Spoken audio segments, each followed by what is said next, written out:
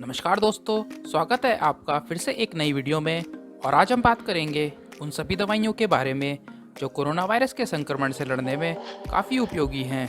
और एक एक करके हम बात करेंगे कुछ दवाइयों की, जैसे कि hydroxychloroquine, azithromycin, levocetirizine, vitamin C, zinc, tocilizumab, remdesivir, एनॉक्सापैरिन।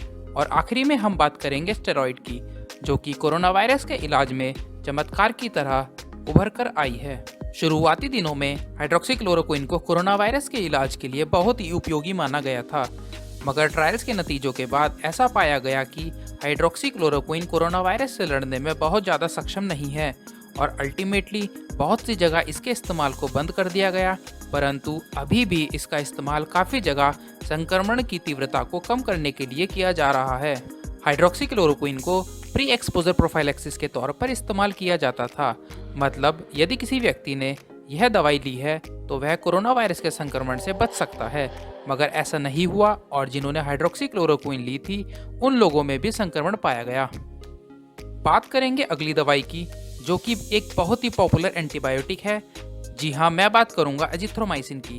वैसे तो एजिथ्रोमाइसिन एक एंटीबायोटिक है, मगर फिर भी हम इसका इस्तेमाल कोरोना वायरस संक्रमण से बचाव के लिए कर रहे हैं। ऐसा इसलिए है क्योंकि एजिथ्रोमाइसिन एंटीबायोटिक होने के साथ साथ एक एंटी इन्फ्लामेटरी भी है और कुछ आरएनए वायरसेस के विरुद्ध एंटीवायरल एक्टिविटी भी शो करती है। और साथ साथ कोरोना वायरस के चलते शरीर की इम्यूनिटी काफ़ी कम हो जाती है, तो इस वजह से छोटे मोटे बैक्टीरिया भी हमला कर देते हैं। तो बैक्टीरिया से बचने के लिए भी हम इस दवाई का इस्तेमाल करते हैं। लैब में रिसर्च करने पर पता चला है कि एजिथ्रोमाइसिन कोरोना वायरस के साथ साथ जीका वायरस और राइनो वायरस के संक्रमण में भी काफ़ी असरदार है। जैसा कि मैंने बताया कि एजिथ्रोमाइसिन एक एंटी इन्फ्लामेटरी ड्रग है, तो एंटी इन्फ्लामेटरी का मतलब होता है, मान लीजिए किसी व्यक्ति को कोरोना वायरस का इन्फेक्शन हुआ, इन्फेक्शन के चलते शरीर प्रतिक्रिया करता है और कुछ केमिकल रिलीज करता है, जिसकी वजह से वायरस के साथ साथ शरीर को भी नुकसान होता है। शरीर में हुए इस नुकसान को हम लोग इन्फ्लामेशन कहते हैं, और जो दवाई इस केमिकल से लड़ने में हमारी मदद करती है उस दवाई को हम एंटी इन्फ्लामेटरी ड्रग कहते हैं। शरीर में कोरोना वायरस के संक्रमण को फैलने से रोकने के लिए हम लोग कुछ और पावरफुल एंटी इन्फ्लामेटरी ड्रग का इस्तेमाल करते हैं, जिसमें से लीवोसिट्राजिन एक बहुत ही पॉपुलर ड्रग है। वैसे तो लीवोसिट्राजिन काफ़ी अलग अलग तरीकों से कोरोना वायरस से लड़ने में हमारी मदद करती है, मगर सबसे मुख्य कार्य यह शरीर से निकले हिस्टामिन नामक केमिकल को न्यूट्रलाइज करके करती है। यदि इस केमिकल को न्यूट्रलाइज ना किया जाए तो यह शरीर में काफ़ी इन्फ्लामेशन करवा सकता है और इसकी वजह से सांस की नली में सूजन आ सकती है और सांस लेने में तकलीफ हो सकती है। इसी वजह से कोरोना वायरस संक्रमण में सांस संबंधी दिक्कतों का सामना करना पड़ता है। जब वायरस हमला करता है तो हमारे शरीर में मौजूद साइक्लोऑक्सीजिनेस नामक एंजाइम प्रोस्टाग्लैंडिन नामक केमिकल को एराकिडोनिक एसिड में बदल देता है, जिसकी वजह से कुछ और नए केमिकल बनते हैं और उन केमिकल की वजह से पेशेंट को तेज बुखार आता है। ऐसे में हम पैरासीटामोल का इस्तेमाल करते हैं और पैरासीटामोल साइक्लोऑक्सीजिनेस को उसका काम नहीं करने देता और पेशेंट को बुखार नहीं आता। कोरोना वायरस संक्रमण में विटामिन सी का भी काफ़ी बड़ा रोल होता है। ऐसा माना जाता है कि कोरोना वायरस से ग्रस्त मरीजों में विटामिन सी की कमी हो जाने के कारण ऑक्सीडेटिव स्ट्रेस हो जाता है। वहीं पर यदि इन मरीजों को विटामिन सी दिया जाए तो इनकी हालत में काफ़ी जल्दी सुधार देखा गया है। विटामिन सी के शरीर में अलग अलग प्रकार के रोल होते हैं, जैसे कि एंटीऑक्सीडेंट, एंटी इन्फ्लामेटरी मतलब हमारे शरीर से बीमारी की वजह से हुई जलन को कम करना, एंटी थ्रोम्बोटिक मतलब खून का थक्का ना बनने देना, इम्यूनोमॉड्यूलेटरी मतलब हमारी रोग प्रतिरोधक क्षमता में फेरबदल करना, जिसकी वजह से विटामिन सी को कोरोना वायरस संक्रमण में काफ़ी उपयोगी पाया गया है। चाहे तो आप भी रोज 1 गिलास नींबू पानी पी सकते हैं। इससे आप स्वस्थ भी रहेंगे और गर्मी से भरे मौसम में ठंडक का एहसास भी महसूस करेंगे। मगर याद रहे, ज़्यादा बर्फ़ का इस्तेमाल करने से आप अपने आप को नुकसान भी पहुंचा सकते हैं। अब हम बात करेंगे आजकल काफ़ी प्रसिद्ध होने वाली 2 दवाइयों के बारे में, टोसिलिजुमैब और रेमडेसिविर। कैसे ये दवाइयाँ कोरोना वायरस संक्रमित मरीजों के लिए उपयोगी साबित हुई हैं।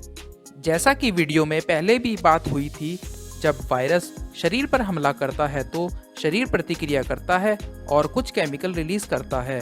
तो इनमें से ही एक केमिकल का नाम होता है साइटोकाइन। मगर साइटोकाइन भी अलग अलग प्रकार के होते हैं। जिस पर टोसिलिजुमैब असर करता है उस साइटोकाइन का नाम होता है इंटरल्यूकिन 6। तो क्यों हम इंटरल्यूकिन 6 को रोकना चाहते हैं?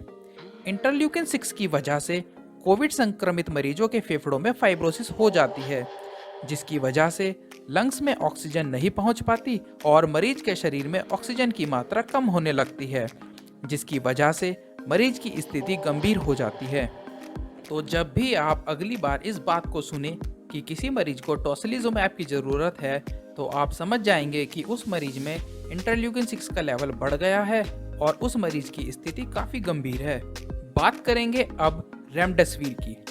रेमडेसिविर एक एंटीवायरल ड्रग है, मतलब यह ड्रग डायरेक्ट ही वायरस पर असर करती है और वायरस को मल्टीप्लाई होने से रोकती है। ऐसा यह इसलिए कर पाती है, जब वायरस हमारे शरीर में होता है तब वायरस RDRP एंजाइम की मदद से अपने आप को मल्टीप्लाई करता है, जिसकी वजह से वह नए प्रोटीन बनाता है जो शरीर में साइटोकाइन के लेवल को बढ़ा देते हैं और लंग्स को बहुत ज़्यादा नुकसान पहुंचाते हैं। यदि कोरोना वायरस संक्रमित मरीजों को रेमडेसिविर दी जाए तो यह RDPR नामक एंजाइम को उसका काम नहीं करने देती और वायरस मल्टीप्लाई नहीं होता, जिसकी वजह से संक्रमण शरीर में नहीं फैल पाता। मगर इस बात का विशेष ध्यान रखा जाए कि रेमडेसिविर को बीमारी के शुरुआती दिनों में इस्तेमाल किया जाए तो ज़्यादा असर होता है और केवल 5 दिनों के लिए ही इस्तेमाल किया जाए। इससे ज़्यादा अवधि के लिए इस्तेमाल करने पर इसका कोई उपयोग नहीं देखा गया। कोरोना वायरस संक्रमित मरीजों में खून के थक्के बनने के कारण काफ़ी ज़्यादा परेशानी होती है, जिसकी वजह से ऑक्सीजन को लंग्स से लेकर दूसरे ऑर्गन में ले जाना काफ़ी मुश्किल होता है। इस परेशानी से बचने के लिए हम लोग एनॉक्सापैरिन नामक ड्रग का इस्तेमाल करते हैं, जिसकी वजह से शरीर में खून तरल स्थिति में बना रहता है और शरीर में ऑक्सीजन का लेवल पर्याप्त बना रहता है। स्टेरॉइड्स की बात करें तो यह ड्रग एक चमत्कार की तरह काम करती है। यह ड्रग शरीर से निकलने वाले केमिकल जैसे कि साइटोकाइन, हिस्टामिन और इंटरफेरॉन गामा को बनने से रोकती है, जिसकी वजह से शरीर में इन्फ्लामेशन काफ़ी कम हो जाती है और कोरोना वायरस से लड़ने में काफ़ी मदद मिलती है। तो दोस्तों, यह थी कुछ दवाइयाँ जो हम लोग कोरोना वायरस से निजात पाने में इस्तेमाल करते हैं। वीडियो में बने रहने के लिए धन्यवाद। मिलता हूँ आपसे अगली वीडियो में कुछ और ऐसी ही नई जानकारी के साथ।